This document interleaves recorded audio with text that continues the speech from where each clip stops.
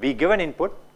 Let's say, like you have a system, right, like a black box. Let's say you have a signal generator. You give an ideal impulse input. Let's say you have a data logger at the system output terminal, right? You log the output. You get the output signal, right? You have the measurements. So that is the impulse response, provided you can give an ideal impulse input, right? So that's the thing. Then you use the data to figure out the transfer function of the system. Okay. What we will do is that, like when you come towards the end of the semester, I will give you a project where we will give you real experimental data, okay, and you need to figure out the plant transfer function. Okay, we will do a small project, okay, which will essentially help you in learning how this can be done. All these aspects can be put to use. Okay, yeah. Okay, so now I am going to tell you something in general. In general, the governing equation of what we call as an nth order. See, the mass spring damper system was a second order system, right, because the highest derivative of the output term was order 2, right. So, an nth order CISO LTI causal dynamic system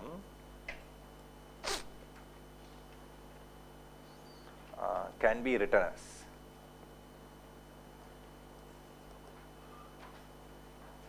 okay. So, in general, the governing equation of an nth order CISO LTI causal system can be written as the following. Okay. So, A naught dny t dtn plus A1 dn minus 1 yt dtn minus 1 all the way till an minus 1 dy dt plus an y of t, okay, that is going to be equal to b naught dm ut dtm plus b1 dm minus 1 ut dtm minus 1 plus all the way till bm minus 1 du dt plus bm ut. Okay, so this is how in general the governing equation for the class of systems that we are going to study would come up. Okay, so please note that this class of systems, like is modeled by using a linear ODE with constant coefficient, right. So immediately you can see that it's a linear ODE, it's linear in y and u, okay, that is something which all of us can observe. It has constant coefficients, that is reflective of time invariance, okay. So let me write down all the implications, because just by looking at the equation you should be able to tell things about the system, right, what class of systems that we are looking at, like, so time invariance is reflected by the fact that we have constant coefficients, right, in the above equation, okay. So the fact that it's linear, because the above equation is linear in u of t and y of t and the derivatives of these variables, right, and causality is reflected by the fact that n is greater than or equal to m, okay. So when the highest order of the input term derivative, right, the highest derivative of the the output term y of t, right, n is the order of the highest derivative of y of t, right. So m is the order of the highest derivative of the input u of t. When n is greater than m or at the worst equal to m, you have a causal system, right. When n is greater than m, some people will call it a strictly causal, okay. So I am just introducing you to some terms which you may encounter, right. So essentially causality is reflected by the fact that n is greater than or equal to m, okay. So that's how causality is reflected in this particular equation, okay. So this is an nth order system where n is the order of the highest derivative of the output term. Okay. So, for example, so oops, sorry. As an example, right, for the mass spring damper system, I know like what were N and M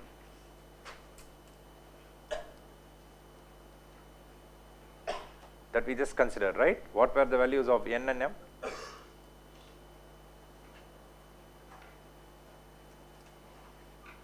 If you look at the mass spring damper system, right? See, for the mass spring damper system, the input was the force F of t, right? The output was the displacement x of t, correct? So, what was the value of N? 2, because we had x double dot. What about M? 0, because there was no derivative of the force term at all, right? On the right hand side, we had just F of t, right? So, immediately you see that N is greater than M. So, that was a causal system, right? So, that is a representation of a causal system. That means that before you give a force, the mass is not going to get displaced, right? So, only the current displacement is going to depend on past and current force that you are giving to the system, right? That is a causal system.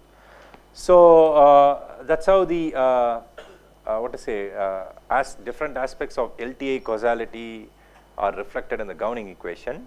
Now, this is something I am going to leave it to you as a homework problem, because we did it in detail for the mass spring damper system. This is just a general case.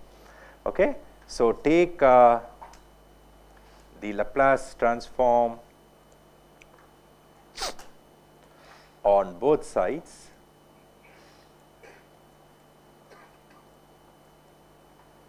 okay, and apply 0 initial conditions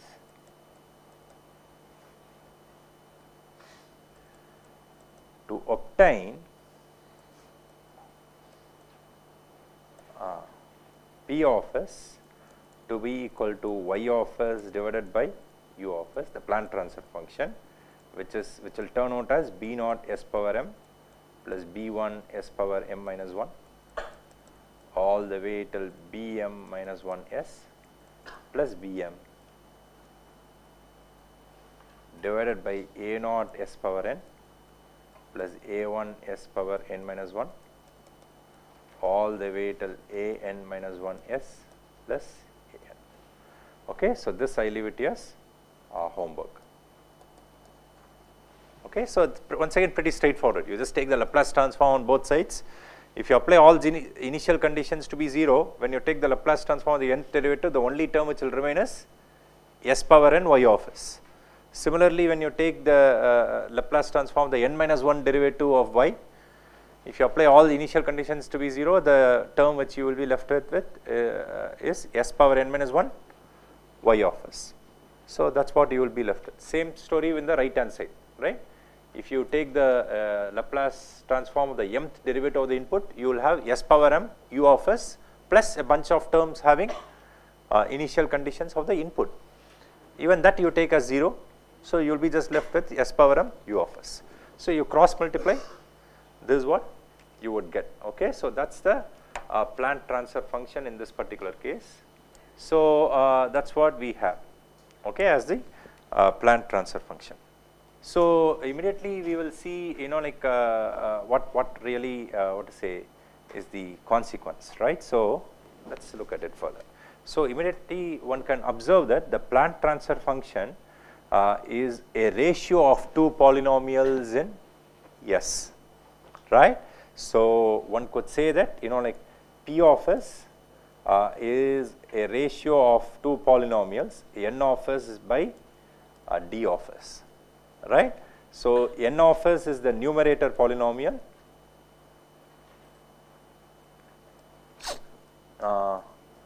of order. What is the order of the numerator polynomial?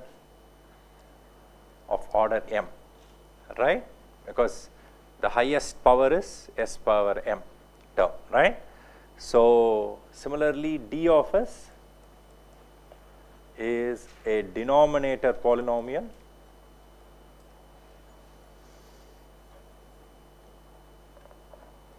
and that is of order n. Okay. So, we see that the plant transfer function in general is going to be a ratio of two polynomials in S, a numerator polynomial and a denominator polynomial. Okay. So, for when n is greater than or equal to m for a causal system, we are going to have what is called as a proper transfer function. Okay. Transfer function is said to be proper when the ratio of the when the order of the denominator polynomial is greater than or equal to the order of the numerator polynomial. Okay. And in this case anyway we are dealing with causal systems, that is going to be true. Okay. So, for the class of systems that we are going to deal with, we are going to get proper transfer functions. Okay. So, when n is strictly greater than m, we add the term strictly. Okay. Like we are going to get what is called as a strictly proper transfer function. Okay. That is what is going to result when n is strictly greater than m. Okay. So, that is essentially a definition of what is called as a proper transfer function and a strictly proper transfer function. Okay.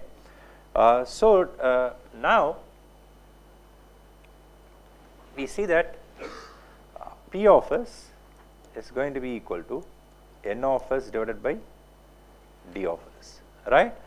So, we see immediately that if I calculate the roots of n of s, okay, that is solve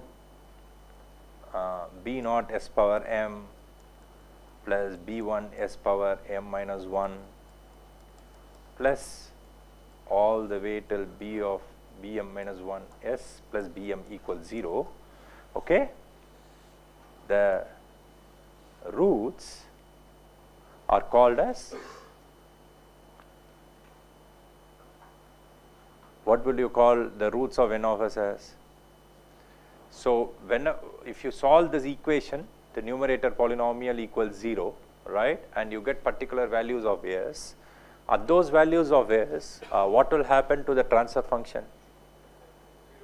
It will become 0, right, because the numerator becomes 0. So, the roots of n of s are what are called as the zeros of the transfer function.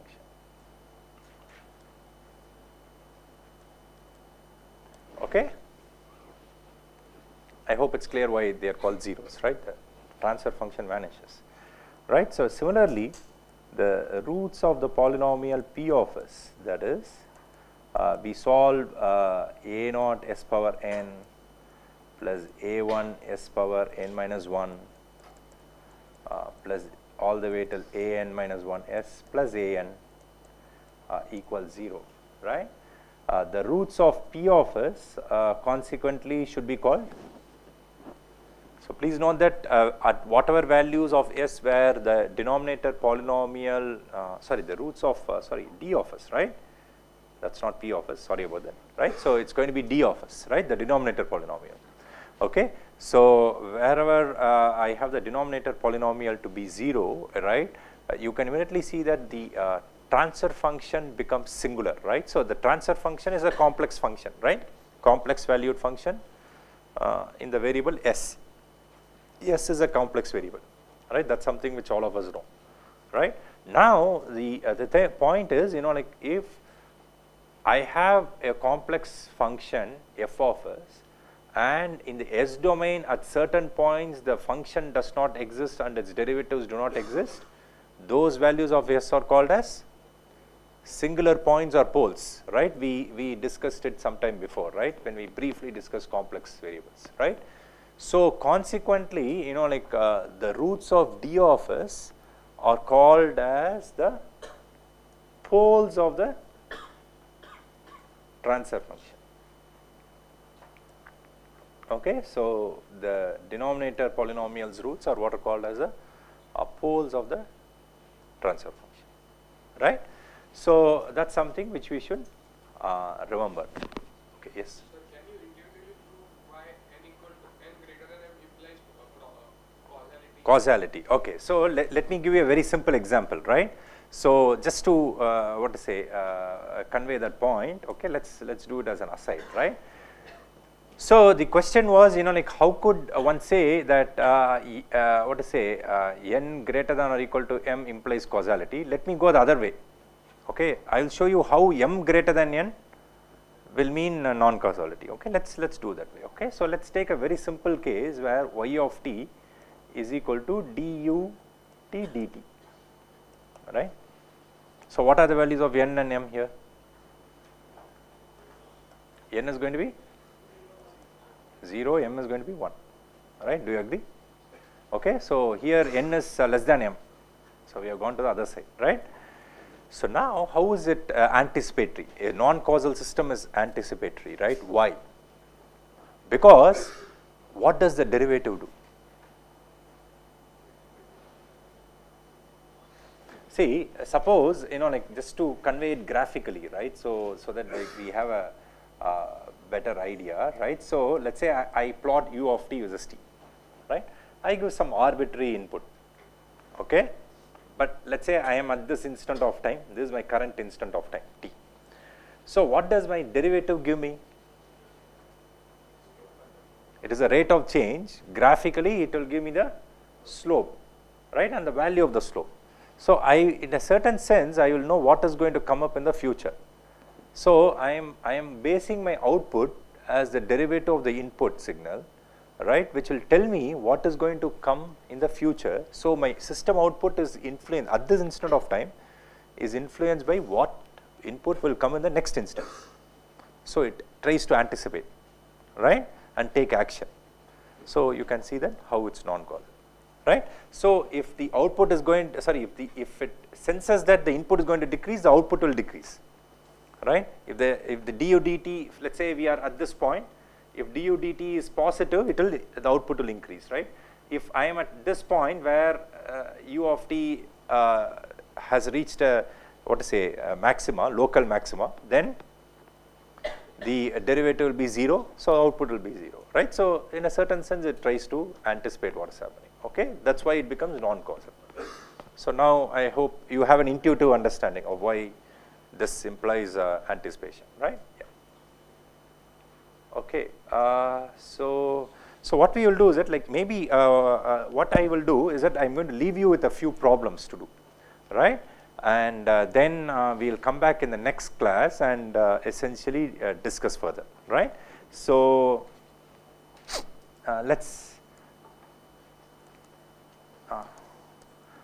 look at a few exercise problems, right? So what I'm going to do is that, like, I'm going to essentially write down governing ordinary differential equations for a few simple LTI systems, right? And then you need to calculate the transfer function and get the unit step response. Okay, so that's the exercise I'm going to give you. Okay, or let's make life simpler. Okay, let's say we calculate the impulse response, unit impulse response. So you just need to take the inverse Laplace transform of the transfer function. That's all I want, right? So in each case, determine the plant transfer function. Okay, its poles and zeros, and calculate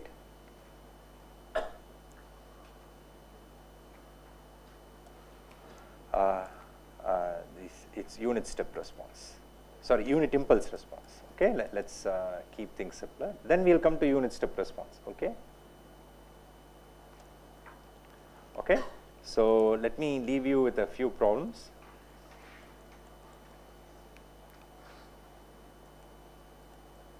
Of course, the moment I say transfer function, obviously you should assume all initial conditions to be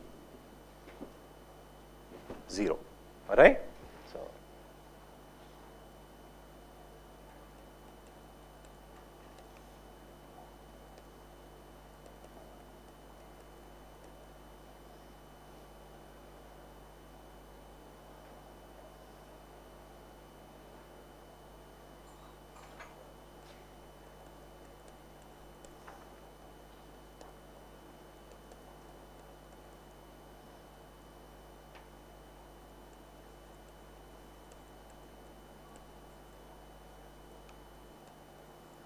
Okay, so the first problem is y double dot t plus 5y dot t plus 6yt equals 0, second order system. Second problem is y double dot t plus yt equals 0. Third problem is y double dot t plus y dot t minus 2yt equals 0. Okay, so for all the three systems, derive the transfer function, find the poles, zeros. Oh, sorry. Oh, okay. I can't have it as 0. Sorry about that. It should be u of t. Okay. I'm sorry. Yeah, please make the right hand side as the input u of t. Okay. Sorry about that. Right. So derive the transfer function, find the pole zeros, and calculate the unit impulse response. Okay. We would start from here in the next class.